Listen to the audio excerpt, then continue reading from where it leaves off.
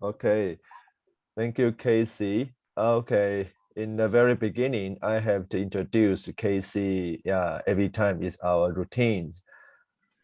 Morning and the evening. I'm Pang Yun Cho, and my co-moderator is the Dr. Junior Tu. And later he will hold on the QA sessions. Today we are so happy to invite Dr. Kyung to join our webinar today. Kyung, as I know, he worked very hard in the as a several medical center as the craniofacial fellow to learn all the treatment and the strategy how to care for those patients with cleft in the past years. And currently, KC, I call Dr. Kyung KC. He is now in the positions or in the University of Arizona. Yeah, just a week ago, he came back from a very unforgettable experience of a mission in Africa as well. Of course, KC already finished and joined several overseas international missions in the past, so he has a lot of memory. But in the difficult time of the COVID, how the missions, the patients still last and going on without be suffering from the difficulty, and she and he and all the faculty and the staff can proceed to finish every time the difficulty to treat of the patient in the COVID. May I share one of his saying on his Facebook? Casey share, they are beautiful, unique, and so special. It has been such a special privilege to serve children with cleft deformity. That is in Mali, the West Africa. Casey say, I am just so grateful to the Lord that he brought them into my life for such a short time, but was able to show God's love through actions. I am very grateful for my training under wonderful craniofacial fellowship mentors, including Craniofacial Foundation of Utah and the Chang Memorial Hospital Plastic Craniofacial Center. It is wonderful since that I was able to show these mothers how precious their babies are in God's eye. Mali. So I can wait to have a Casey to share his experience, reflection on international cleft missions in the time of COVID. So Casey, please. Hey, thank you so much, Dr. Chu, for a great introduction. I'm very honored, and then I'm very humbled to be a participate this ICC webinar. And then thank you so much for the invitation. So it is my passion to have an international cleft mission. And then I had the opportunity to train under great mentors, including Salt Lake City, Utah Craniofacial Foundation, as well as Chung Memorial Hospital. And then my mentor, Professor Lo, is here. And then it's my honor to present in front of my mentor, as well as colleague, Dr. Tu and Dr. Chu as well. So, so it was very unique during the time of COVID-19. So it's my humble experience, and then it's just my personal opinion as well as my personal experience in this during this presentation. So the topic is reflection on international climate mission in the time of COVID-19. And then I will discuss about the difference between pre and post COVID-19, and then to discuss the challenges and the risks, as well as to share my personal experience. And then I declare that I don't have any relevant, any other things, so nothing to disclose. So first of all, the COVID-19, the pandemic has caused a negative impact since WHO declared COVID-19 as a pandemic in March 11, 2020. it's almost like already 2 years passed. And since then, in every sector of life, including school, business, non-essential sector, as well as in the healthcare sector as well. So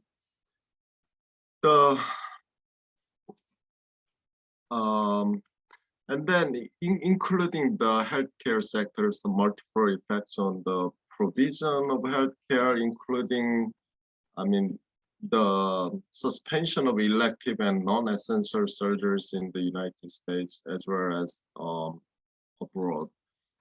In our medical center, actually, they pretty much closed, at least like, except trauma, pretty much everything canceled for a month.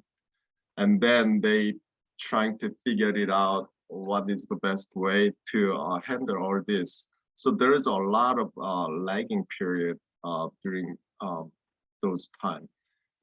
Since then, I think the ACPA also published the statement that prioritizing, because all those cleft lip and palate or any kind of craniofacial surgery has been postponed, and then the ACPA stated that also recommended prioritizing patient and then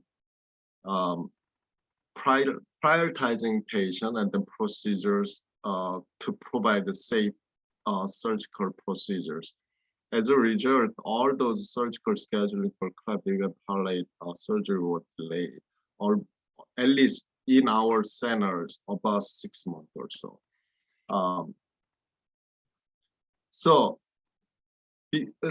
because my passion is international cleft mission, I think that's why I did the fellowship training, because that's the right things to do. You have to properly train, not just like go to mission and then learn how to do it, but provide the best care for the underserved children who doesn't have any access to the those procedure. So I learned great things from my mentors, including Salt Lake City, Utah, as well as Chang Memorial Hospital.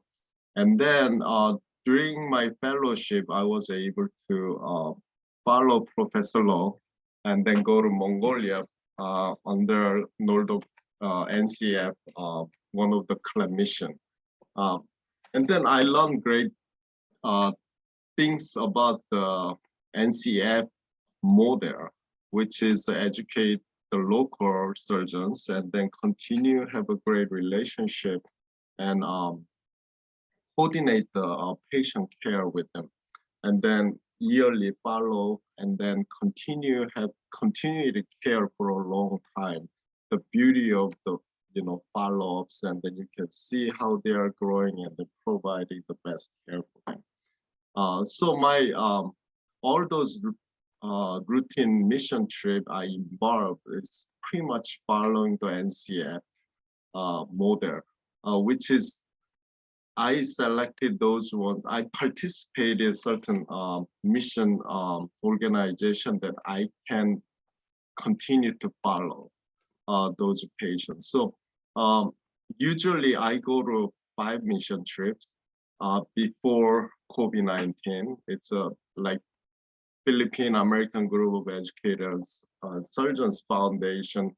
They routinely go to the Philippines in February, and then Smiles International Foundation in Mexico, and then All to Heaven Foundation in South Asia in July. And then sometimes Professor Lo invite me to come with him to Mongolia mission trip. So it's my honor in September or October. And then I always spend my time in Africa mercy trip in one of the West African country, either October or November, depends on where they ask me to. But I just specifically designated those time for this mission. Then the COVID was pandemic. So what happened was every single missions canceled because most of them they couldn't travel because there's a lot of restriction, a lot of borders been closed down, and then until late 2020, when there is a vaccination was available, and then the vaccination was a game changer, and then slowly, and then people were able to travel here and there, but still there was a international borders had been closed. And then early 2021, which is last year, I got vaccinated. My first vaccine I got December 26th, right after Christmas, and then second one was January 16.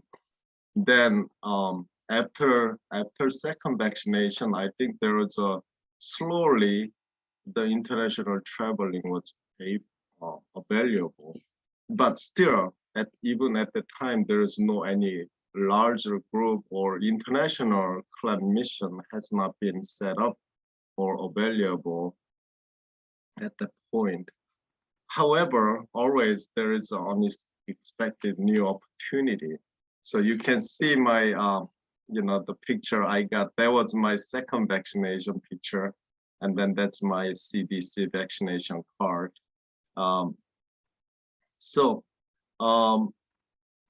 Slowly after the second vaccination was available, and then there was opportunity. So my first opportunity, it was a personal invitation in Mali, one of the West African country. There was a Christian hospital, middle of nowhere. Actually, the second, I think it's the third largest area in Mali, the Pochwala area. There's a American mission, just like that, Dr. Nordov, who came to middle of nowhere in Mali, and then started the hospital, and then now that's the current hospital in Pochwala, Mali. And then they provide a woman's health care as well as children's hospital, as well as all other general medical services as well. The opportunity always comes because of, you can see the upper, there is a one pediatric general surgeon, just like Dr. Nordov, who trained in pediatric general surgery in Emory Hospital in Georgia. And then he got married, and then he brought his kid and his wife to Mali, and then served for the people in that area. And then he was doing all kind of pediatric general surgery, as well as there's no any cleft or craniofacial surgeon available. And then he was performing the cleft lip and palate care as well for the for cleft patient with the cleft lip and palate. And then he heard about me, which is you can see the top. There is one of the nursing staff who served the African Mercy, and then she talked about Dr. Kim about me, and then then I should invite him. So he personally contacted me, and then that's what happened. He invited me to visit since I got vaccinated. So February 2021, I was able to go to Mali because the only requirement was the traveling requirement. You have to get a vaccination, number one, and number two, as well as PCR test. So I was able to go to Mali twice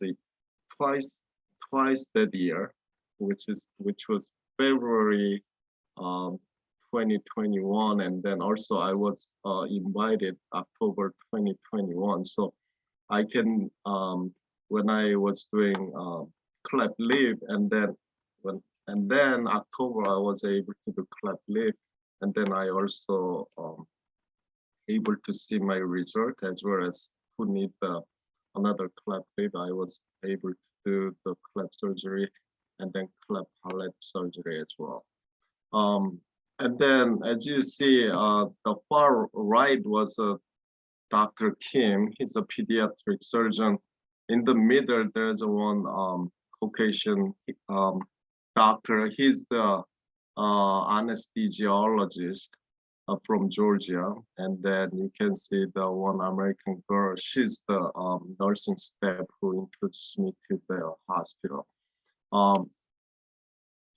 And then in Mali trip is very unique because of the they don't do any like PPE or anything. There is no vaccination available, or there's no any mask for the in general population.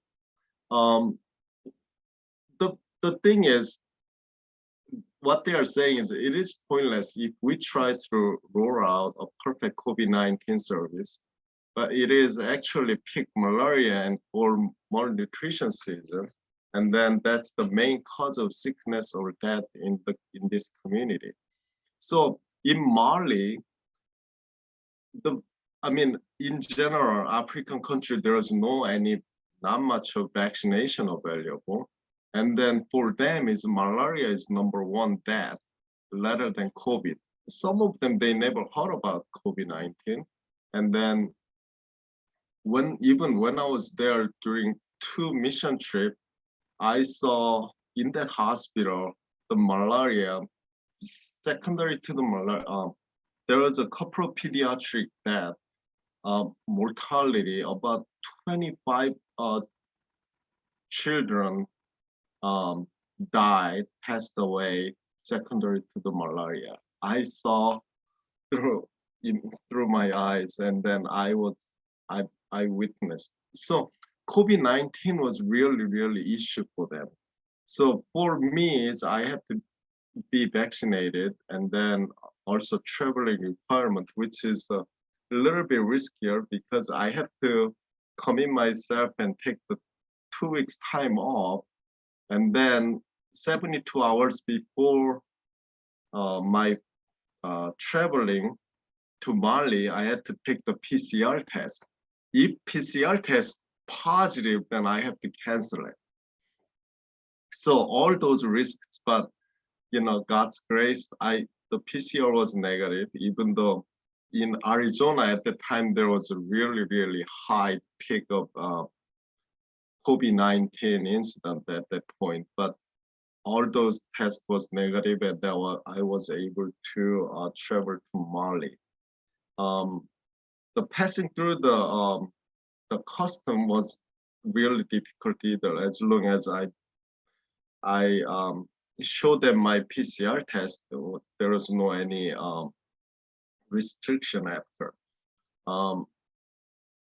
Patient-wise, they don't do any COVID-19 test available at that point. All those children who comes to the hospital, came to the hospital, they take the malaria test, but not the COVID test. And then I was able to provide the cleft surgery case, cleft surgery procedure for the children with the cleft lip and palate, as well as I work with the Dr. Kim, who never had the train for or had a fellowship for craniofacial or cleft lip and palate. I was able to taught him how to do properly to the cleft lip and palate procedure as well. So it was a good opportunity, and then he was very appreciated, and then he invited me. That's the reason he invited me for second trip as well. And then I also able to go to Mexico mission trip with the Smart International Foundation, which I participated prior to, and then the 2020 they didn't do any mission trip until they figured it out, and then finally the vaccine was available, and then when after second vaccination, and then the Mexico and then U.S. border was open, and then they planned to do the Cleft mission. So I was invited for the mission trip, and then basically same thing. You have to, all the staff has to be vaccinated, and then particularly this mission foundation require all those patients has to have a COVID test. At the time, the rapid, not the rapid one, but the PCR was mandated, and then that's the thing. So patient-wise, we screened patient, and then day of surgery, we did the COVID test. So I was able to participate in August 2021, and then as well as November. One in Cabo, as you see the top, that there's a map. The Cabo is way down below in Baja California in Mexico. And then the second one was the Tecate. It's right next to the San Diego, and then it's a border town. So I was able to drive from Phoenix to Tecate. So the regulation is different, because if you go over there by plane, that you have to get a PCR test, and then you have to provide it. Same risk. If you're PCR positive, then it's far away, so you cannot drive. It's about like 1,500 miles from Phoenix, so, or some other state from the East Coast, and then some others. So there's a lot of risk. One of the surgeons couldn't make it because he got PCR positive, so he couldn't travel. So there's a lot of unpredictability there if you travel by plane. However, by car nearby San Diego, the border town, all of us, some of them fly to San Diego, and then they drove to the borderline. So there was a little bit different, because there is no any, as long as you got vaccinated, you are not required to have a PCR test. So that's a little bit different. So this picture, you can see before COVID-19, there is a lot of steps. Even residents participated with their attending. And then some of the speech pathology, a lot of nursing supporting staff, they all participated. And then the screening, and then day of surgery, it's really crowded. However, like 2021 last year, you can see the significant, reduction of the, surgeon and staffing, as well as you can see the distance between the screening, as well as the surgeon. So we did the screening only bring the certain people certain time period, and then we reduced significantly the OR time as well. So patient can only come to the surgical center for the time 30 minutes before. So you can see the big difference and changes there. So basically, this organization asked all the staff to be vaccinated, and then just follow the traveling requirements. And then also we could not bring any resident or extra supporting staff for the mission. So there is a limited availability of the staff. and then we also reduced significant surgical procedure as well, and then limited how many patients we can see per day. Usually we ran 2 operating rooms, so about 4 cases per day. And then patient-wise, all of them has to be COVID-19. We have to do the COVID test, and then the thing is, a lot of people come from far away, and then if they are COVID positive, then we have to cancel it, and then there's a lot of disappointment, and then angry patient, and then things like that. So we inform about the possibility of cancellation, but still they don't understand why. And then because some of them, they don't have any symptoms and things like that. So there's a lot of confusion, a lot of disappointment, and then we have to spend a lot of time to explain. So there was a full time, so Mali twice, and then Mexico Cleft mission twice. So I went there for 4 times last year. It was a great opportunity and different experience with a different setting. I recently participated because with the African Marshallship mission trip, and then actually 2 years ago, they pulled out from Senegal because of COVID-19. And then there was they are not able to finish because Marshallship stays in the country for whole year, and then provide the modern hospital and surgical care for the country for whole year. Basically, Marshallship comes to one of the West African country, and then they just stay there for whole year, and then you can see under they have a triage room, there's a post-op care, and then patient can have a surgery, stay there, and then they rent the pre-op compound and then post-op compound, so they can, because they are way far away, and then before surgery they screening and they stay, and then they stabilize it for the surgery, and then after surgery they stay in the ship. They have about 50 bed, including ICU and PACU, and then 5 OR, and then they provide care. And then when they are discharged, then they go to the post-op compound and stay until they are fully recovered, and then they can go back to their hometown. So I participated like twice before, and then after 2 years no mission, and then they finally back to Senegal to finish all those unfinished patients. But there is a very strict regulation and rules, and then for the medical staff.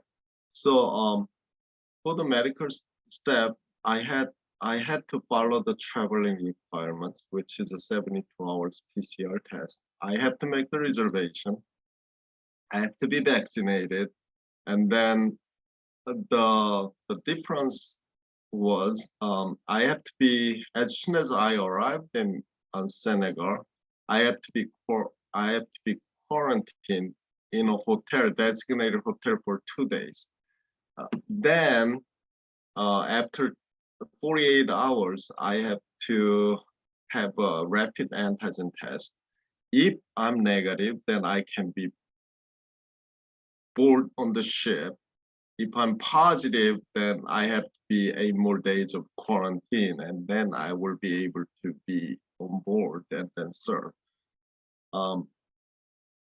Then their regulation is all those medical staff, they have to be tested twice a week. I think that's what the Senegal government requests them when the Marshallship was returned to the Senegal. And they all of us has to wear the N95 mask all the time. So, and then if you're anytime you got positive, then you will be quarantined for 10 days in small cabin. So the patient-wise, same thing. In most of the African country, they don't have much of a vaccination. So we have to, a lot of case was lined up, but there was a lot of cancellation too, because some of them has a COVID test, the positive COVID, and then we had to cancel it. And then there is a lot of, same thing. They don't understand why, and the parents are not happy because, my baby's not sick, my kids are not sick, and then why you guys cancel it, and then why we have to be isolated, and then all those confused and angry, and then there was a lot of issues. But I think they've been managed very well. So when I arrived end of March, and then that was my hotel. I have to be quarantined for 24 hours. I cannot be out of the hotel or out of my room. And then it was a long trip, about total 26 hours from Phoenix to LA to Paris, and then Paris Dakar. There's a lot of traveling time. The reason that the total traveling time for 26 hours, there is a reason. Because I got pre-flight, pre-flight PCR test was negative. And then that's why I was able to travel to Dakar. And then on arrival, 2 days quarantine, and then they did a rapid antigen test. It was negative. So I got negative twice. So I was able to be on board on African Mercy ship. So also same thing, you can see it, 2019, you can see a lot of staff, a lot of surgeon, a lot of anesthesia, and then nursing staff. And then we are all happy to provide, care for the people who need it. And then 2022, this year, you can see the significant reduced, OR staff, nursing staff, anesthesia, surgeons, and you can see it. And then all of us has, had to wear the N95 mask during the whole time. And then also social distancing, not really in this picture, but we had to. So the first week, 2 weeks of my service, the first week of my 2 weeks commitment, and then I was able to, they posted, so there is no any censorship here because of its official thing. So they just posted after I did the surgery, but hopefully they posted the post-op as well. So this girl was actually like two years ago, she's supposed to have a cleft surgery, but because of Mercy left, she just left over untreated. And then finally they came back, and then she was called back, and then I had the opportunity to treat this young girl, and then there was my post-op. So I had the privilege to treat a lot of cleft palate and cleft lip patients, and then I total have about 2 cases per day. So I got total about 9 cases during the first week. And then I supposed to have the Thursday, I had to have the there was a redundant, sorry, mandatory rapid antigen test, but I missed that because of surgical procedure. And then Friday, I was called out, and then I had to do the rapid antigen test. Then, boom, the red was positive. And then the regulation was the policy was if I'm the rapid antigen test positive, then I have to do PCR test. I didn't have any symptom. I wasn't symptomatic, but the PCR was also positive too. At that point, I already have like number 1 and number 2, as well as the booster shot. So I thought that I was invincible. I was wrong. So vaccination is not, the bulletproof at all. Because certain reason I was a little bit more careful, and then I was wearing N95 mask all the time because it's a hospital ship, and then it's a closed environment, just like same as a cruise ship.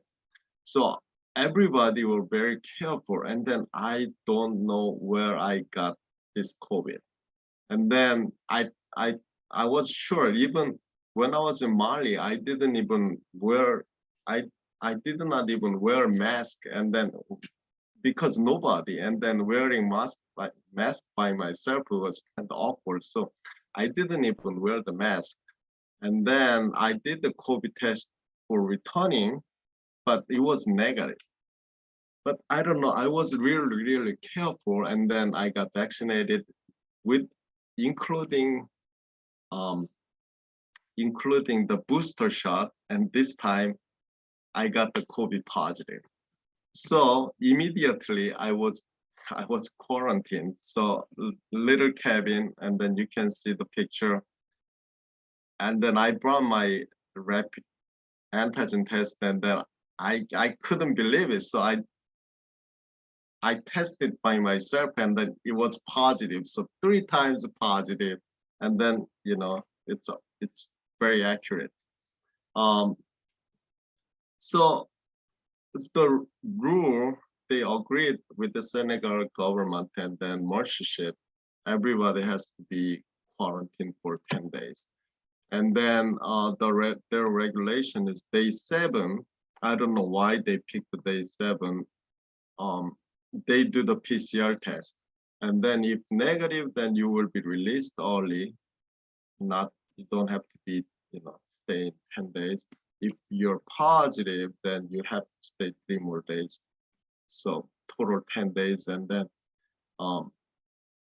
so my second week of my second week out of 2 weeks commitment, and then from Friday afternoon all the way until I left to Senegal, I've been quarantined.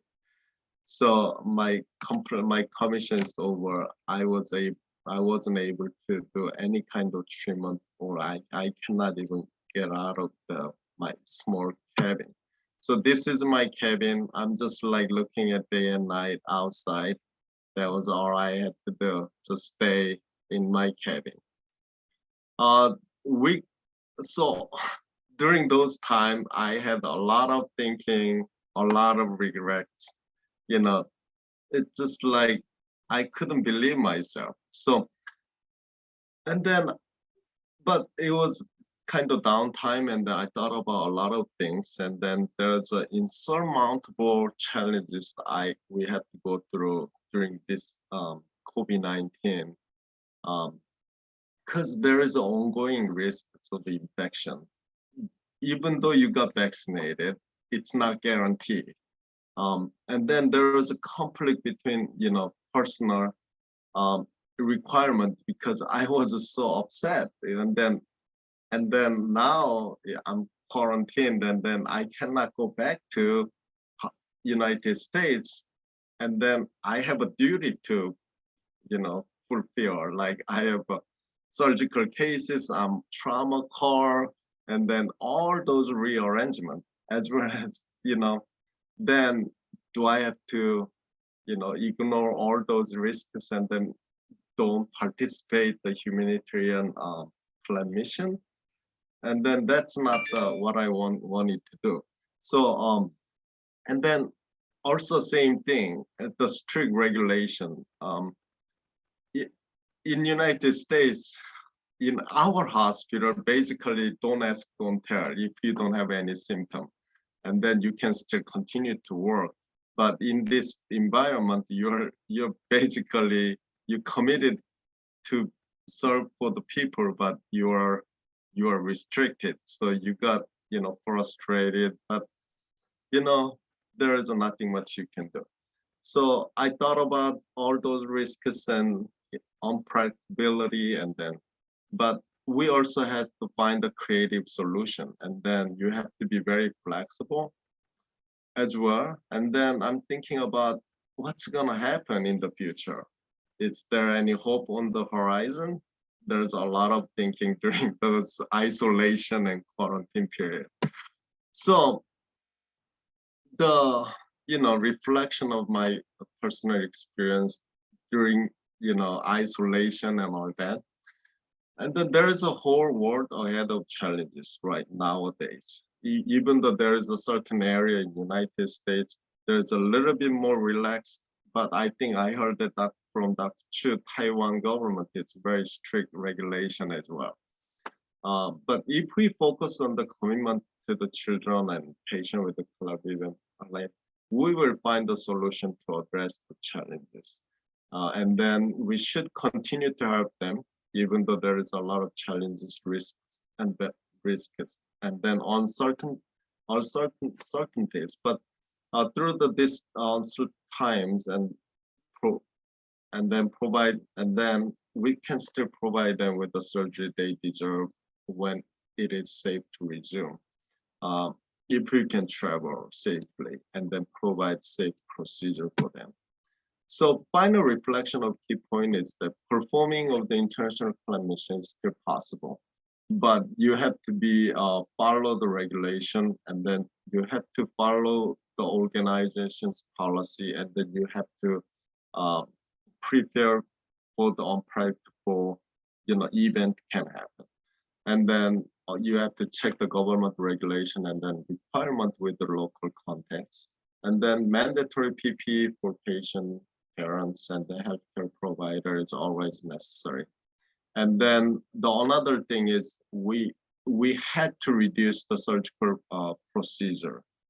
Not only that, because of the not only just reducing amount of surgery, but you have to be creative what is the best for the patient. I don't usually do the cleft lip and palate at the same time, but because of the patient's age, you have to have. But it's up to your judgment and then your decision. Are you gonna do the cleft palate with the cleft lip because of all the speech problems? So efficiency of the surgical time, you have to, you cannot just like take long time, but you have to do very efficient, as well as you have to prioritizing based on your ability and then your level of competence. So if you are able to do the cleft lip and palate at the same time and do it, if you are not sure, then just also you have to limit it yourself. Don't get under the pressure or impression that you have to do both of them because of patient's age or speech problem. So just prioritizing, but also know your limitation, consider all other things as well. And then, pre-op COVID test, it depends on their regulation, local regulation and organization policy. But you have to, some organization it is very important. Some anesthesiologists not comfortable to put them under general anesthesia if they don't know about the COVID status for the patient. Also prepare yourself for the unpredictability, and then so final thoughts is I just quoted this one: within the boundary of our small planet there are many worlds. To keep them distant as if seen through the lens of a telescope, and then without much detail. It's the choice of most of us because of their open hostile and sometimes even deadly places. Venturing in takes courage and resolve. Yeah, there are gems to be discovered there, and some will feel that the journey is worth the risk. You can see this is one of my patients, and then you can see the little girl with the before and after. And then mom sent me a card, and then the difference between, that's what we do, not only in our own hospital, but the medical mission, there is a reason. And then I really love to provide the free care for who really need it. And then I learned great deal from my professor and then Chang Memorial Nordic Craniofacial Foundation as well. So that was my final thoughts. And then thank you so much. It's a little more than I thought. And then if you guys have any questions, then I will answer for all the questions. Thank you. Thank you, Casey. Thank you so much for sharing with us your experience on carrying out Cleft missions during the difficult times of COVID. And I really have to applaud you for going through all those hardship and making it all possible and still carrying it out. Before we go to Q&A, I would like to invite Professor Lowe for a few comments. Professor? Yes, thank you, Casey, for your experience of doing the Cleft mission during the COVID period. We actually stopped any mission since 2020, the beginning of 2020. The hospital regulation, as well as the government rule that we should not travel outside, and if you come back from outside, you have to be quarantined, for a period of time until you're proved safe and you're released. So we have no chance to go outside. But I do know that in our so-called the seed doctor or our friends in those places in Vietnam, Mongolia, Philippines, they are still doing their job because they have their own system, and we have been working with them for a period of time, and we understand that they can do a good job as well. Well, maybe there are some difficult cases. So what we did is to do an online mission. Well, the online mission is kind of interesting that our team and their team, we look at the computer screen and discuss the condition, and I talk about my suggestion, and they could do them by themselves. But still, it's not as convenient because sometimes we still have very difficult situation, and they will say that, oh, okay, Dr. Lowe, we this case we wait for your coming when the situation is okay. I think right now the main virus is Omicron. It seems that it's not a strong virus. It's very infected, but it's not highly morbidity they can cause, and almost all of us had at least 2 doses or even the 3rd dose of the vaccine. So hopefully still we are waiting for the the virus become or even milder. We understand that the virus will never disappear, but hopefully change and become less less problematic in the future, and we can again travel. So that's what we're waiting, for the situation. And I don't know, hopefully at the end of this year, I think the situation will be will be improved, and we can go.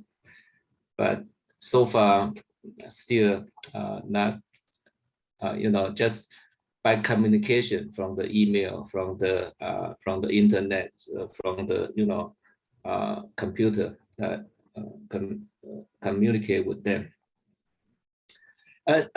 As you mentioned that you compare several situations between 2019 and 2021 or 22, that your manpower in each mission has reduced. Yes. Because many people did not go. Mm-hmm. So that's why you reduce your number of surgery. Right. I don't know, how about the safety? Is it okay that you don't have enough manpower to go together? So that's why there is always backup. The organization always have a backup plan, and then if someone available, most of the staff, they are available, and then sometimes one surgeon cannot come, and then they have like less than 72 hours. So there was a lot of things. So there is a lot of the surgeons for, and then nursing supporting staff for, and then they connect each other. So international traveling is a little bit different, but I think that's why the Mali is different, because I was the only one, and then those anesthesiologists and the nursing staff, and then they provided all the local supporting staff, the volunteer anesthesiologist, and then the OR nurse already there as a long-term mission. So the thing is, if I'm positive, then they have to cancel the whole thing. But I was negative, so I was able to travel over there and then provide the care. But it could be worse, because if I was positive, then they could cancel the whole plan. But it didn't.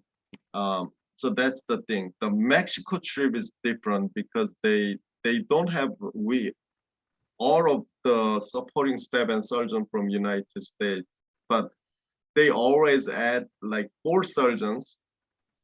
So 2 surgeons can work together for 1 OR.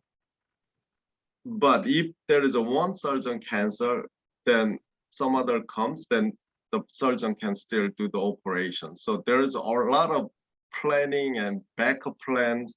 So, and then even the nursing and the OR staff, they have additional. So if there's only 1 person before, then we always have 2 or 3 backups. So that was the only thing. There are differences. And then each local regulation is different, so you just follow them. And then I have a plan to go to Mexico next month, and then we already have a planning in Indonesia as well. Indonesia just lifted the traveling restriction. As long as you're vaccinated, then there's no any restrictions. So we are planning to go to Indonesia in July. So good. So the other thing that, let me ask you, how can you have so much vacation days that you can go outside in a year? yes. Your hospital allow you to, to have so many days that you can go outside? Yes. So when I signed my contract, I always asked division chair or department or administration. When I have a mission trip, total about 6 weeks and 7 weeks or even 8 weeks of period, they have to let me go. Because that was my contract. So I mean, they said they were because if they don't let me, I said I'm not gonna sign the contract. And then the limitation is as long as you cover your car, and then all those patient care was taken care of, then we'll let you go. So most of the time I take because it's I had to even I took the extra car, trauma car, which is most of faculty, they don't want to do it. And then even last time I take the 10 straight trauma car before I travel, and then take all my duty for that month, and then I was able to go. So another thing is the hospital in US hospital is a RVU basis. So your productivity is your salary. So sometimes my salary goes down a little bit, but I think it's worth it. So yeah.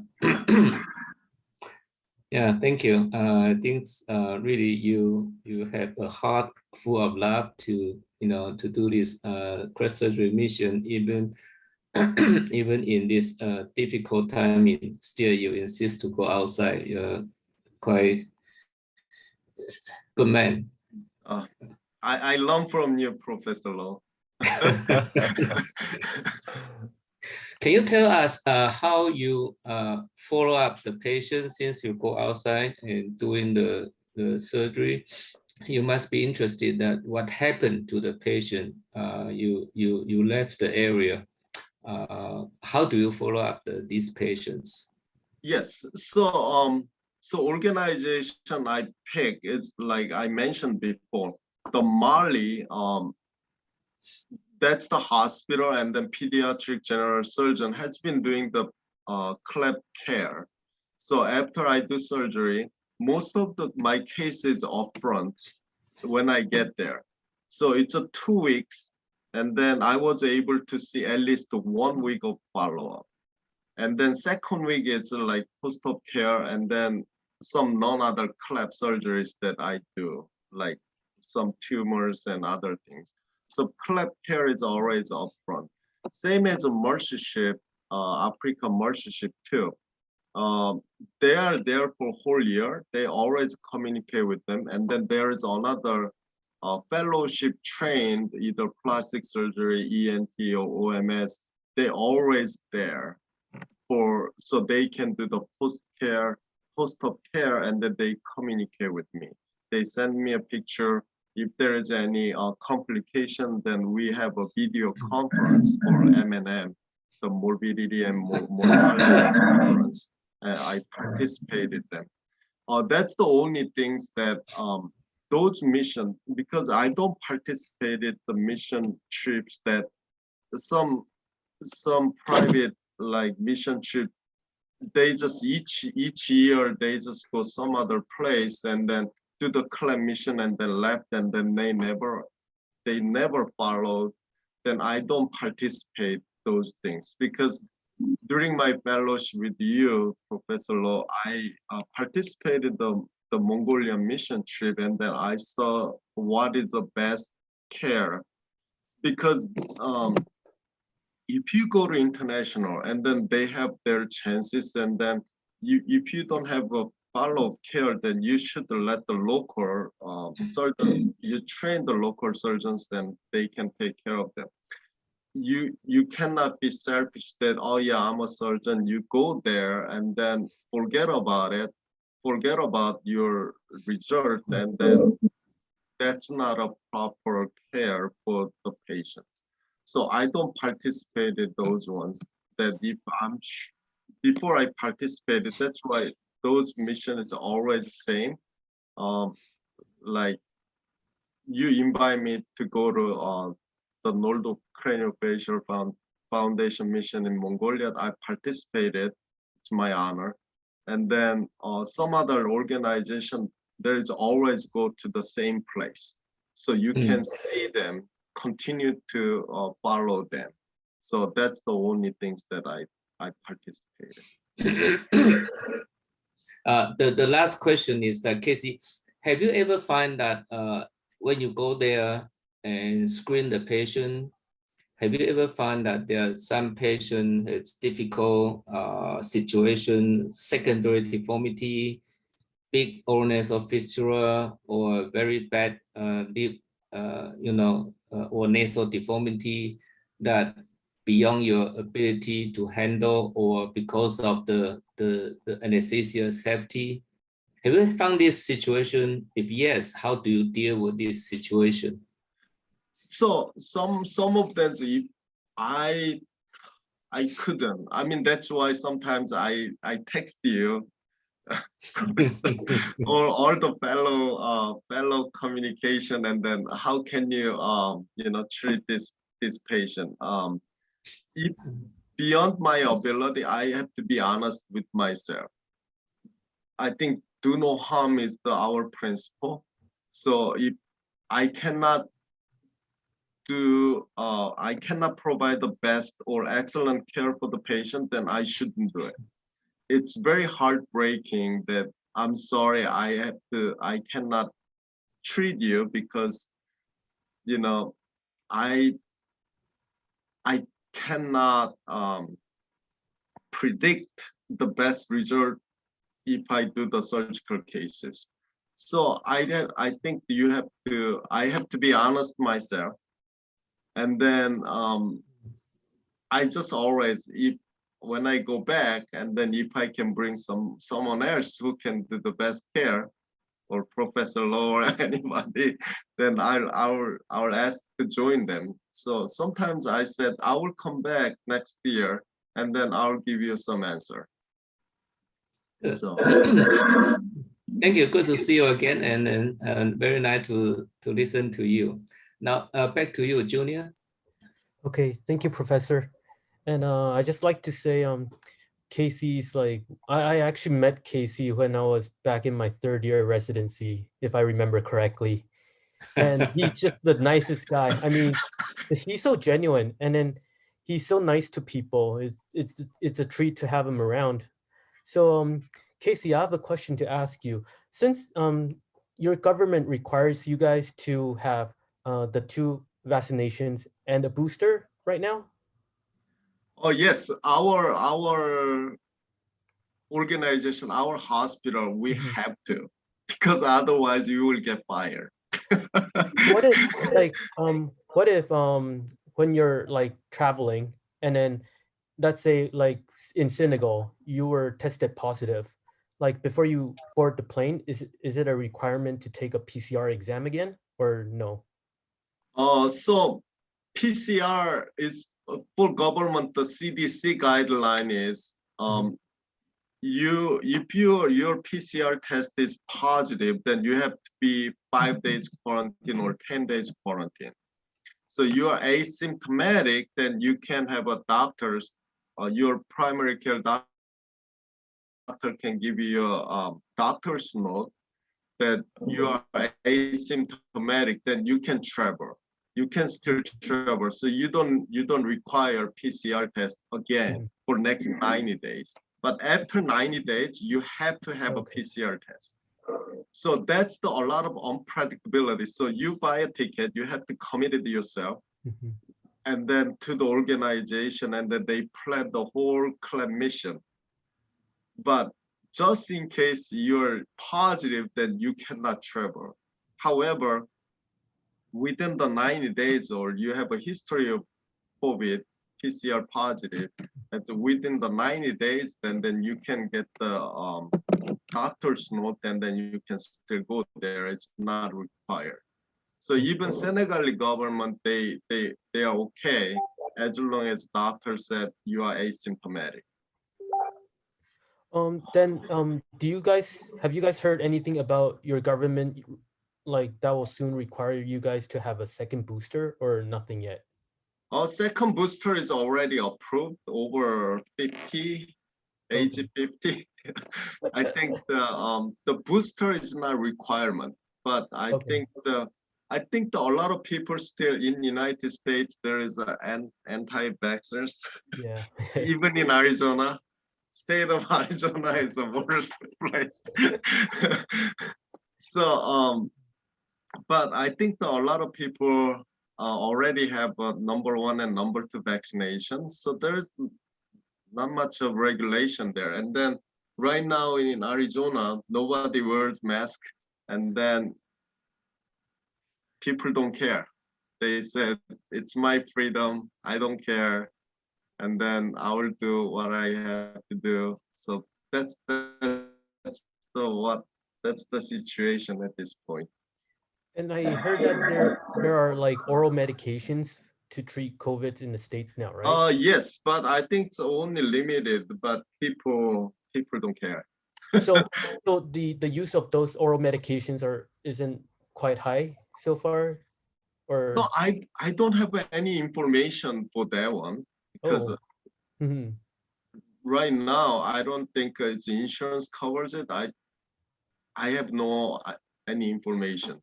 Because if those medications really do work, let's say if you go on Cleft mission and then if you're tested positive, then maybe you can take those medications and it could shorten your quarantine. Maybe I'm saying That's with that. possibility, Yeah. but I think right now during my even recent my experience, the Mhm. test either red and then PCR was positive, but I didn't have any symptoms. Oh, okay. Mhm. No symptom at all. I think that's why the vaccination helped you to be healthy and then asymptomatic. I mean, sooner or later, I think the COVID-19 never eradicated, Yeah. but I think the mortality will be very significantly reduced so far after vaccination, and then it will be just seasonal as long as WHO declare COVID-19 as an endemic, then I think everything will be lifted. Mhm. We will be able to resume all those international mission or international traveling without any limitation, for sure.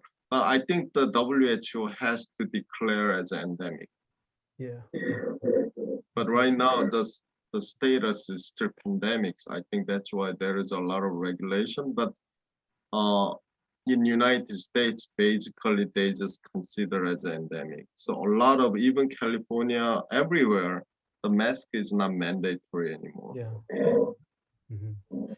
Okay, and Professor Cho wants to ask you, in average, how many missions did you participate in a year, like before the pandemic, and how many do you participate now, like after the So COVID?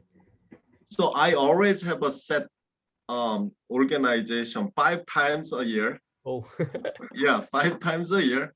And then I was able to do 2 organization. Uh, I participated Cleft mission with the 2 organization twice, 2 times each organization. So I was able to do 4 last year. and you said that you've been to areas where you travel to the mission like one time and then you don't go afterwards, and then there are places where you go back repeatedly, right? Yes, Which one do you find to be better in your own experience? my experience is pretty much the North of Craniofacial Foundation. I think that's the best model. Oh.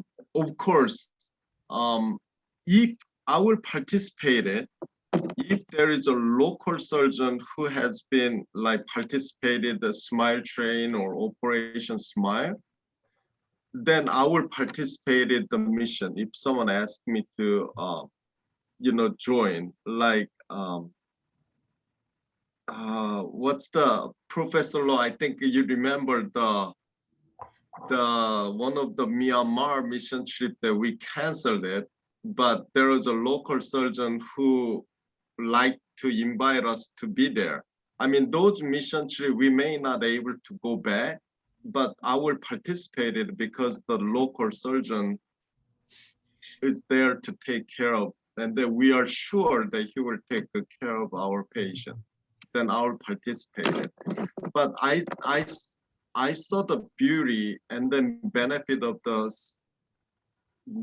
NCF model, just training the local and then participate and coordinate and then work together as a team, including the local surgeon, and then continue to follow with them would be a good model. Because yes, you can do a lot of cleft surgeon here and there, but as you go to the mission field, then you will see a lot of mission organization comes to the local area. I saw that a lot of complications, but they never came back to take care of those complications.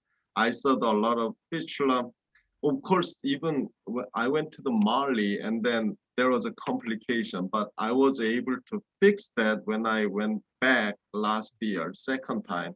I was able to, because I communicate with them and then what I was going to do, and then wait after 8 months later, and then I went back and then I was able to fix my own complications. So I think that's very, very important, because some people say, yeah, you provide the care, but I think that as a surgeon, you are responsible to take care of those complications. If there's no complication, that's great. But I think there will be a complication. Even I thought that, I was doing good job, but I saw my complication.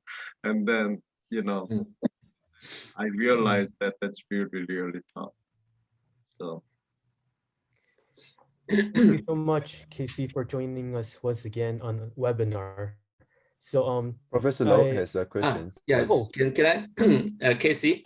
Yes, sir. I think my suggestion to you is that I understand that you really love to take care of the cleft patient, especially for patient with the low resource region or area or countries. And now gradually you have become more and more mature, your knowledge, your skill, and then you travel over this area, you become friends with many local doctors. Okay. Right.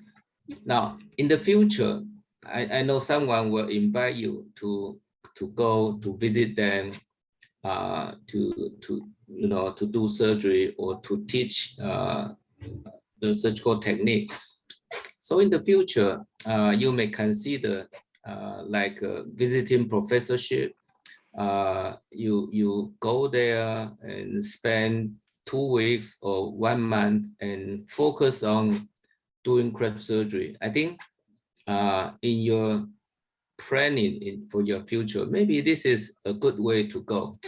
That I think since you also love to dedicate your time to do that. How do you think about this? Oh yes, absolutely. That's why I love to participate the Mongolian mission trip with you. If you invite me to go there when everything's lifted, and then that's another thing. I still continuously learning, and then that's why the Mali trip will be already set. I'll be there at least once a year for 2 weeks period. So I continue to work with the Dr. Kim, who is the pediatric general surgeon. He's actually really, his result is really good. He has a hard time, a little bit more difficult for bilateral cleft lip and palate, but I think the unilateral, I saw his result is pretty good. And then I already have a plan. At least once a year, I will rest of my life, as long as Dr. Kim is there, or they continue to invite me to come, then I will be there and then set up the program there. Thank you. So thank you so much for your suggestion. And then yes, absolutely. And then that's my core Cleft mission planning as well, as you suggested. Yes, thank you, Casey. Thank you for your all the information about the COVID times, and you joined all the missions overseas to help all the patients needed. And at last, I would like to invite all the participants, and I would like to ask you to open your screen, and we would like to invite you to come join with us the group photo time with our today's speaker, Dr. Kyung Chung. Yeah, I think all of our audience learned a lot from you, because we are so jealous about you, because you have a so unmemorable experience.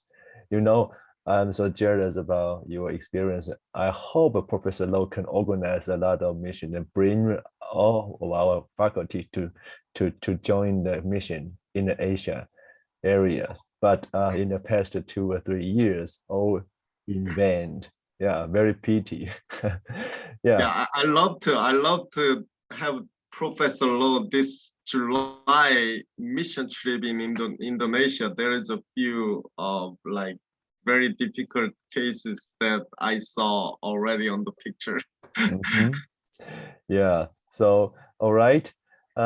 Thank you for you show up here, and I will count to 3. So please to show your smile with us. Come on. 1, 2, cheese. Thank you.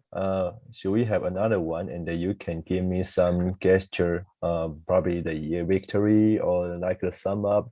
Okay, 1, 2. Okay, here you go. Cheese. Thank you very much. Okay, we really have a very wonderful time with Dr. Casey, no matter you are in the morning or in the evening. And thank you, Casey. Good morning. Now I can say good morning to you. Now is your 7 a.m. in Arizona, right? Yeah. Yeah, I'll show you beautiful Arizona sun, Arizona Wow. here. Okay, good morning. Here you go. You can see it. Yeah, very sunshine days.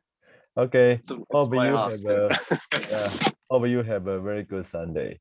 And thank you all the participants tonight with us, and hope you can join the next webinar 3 weeks later. The next talk we are invited Dr. Darian from UT Southwestern. He will talk about the cleft rhinoplasty surgery.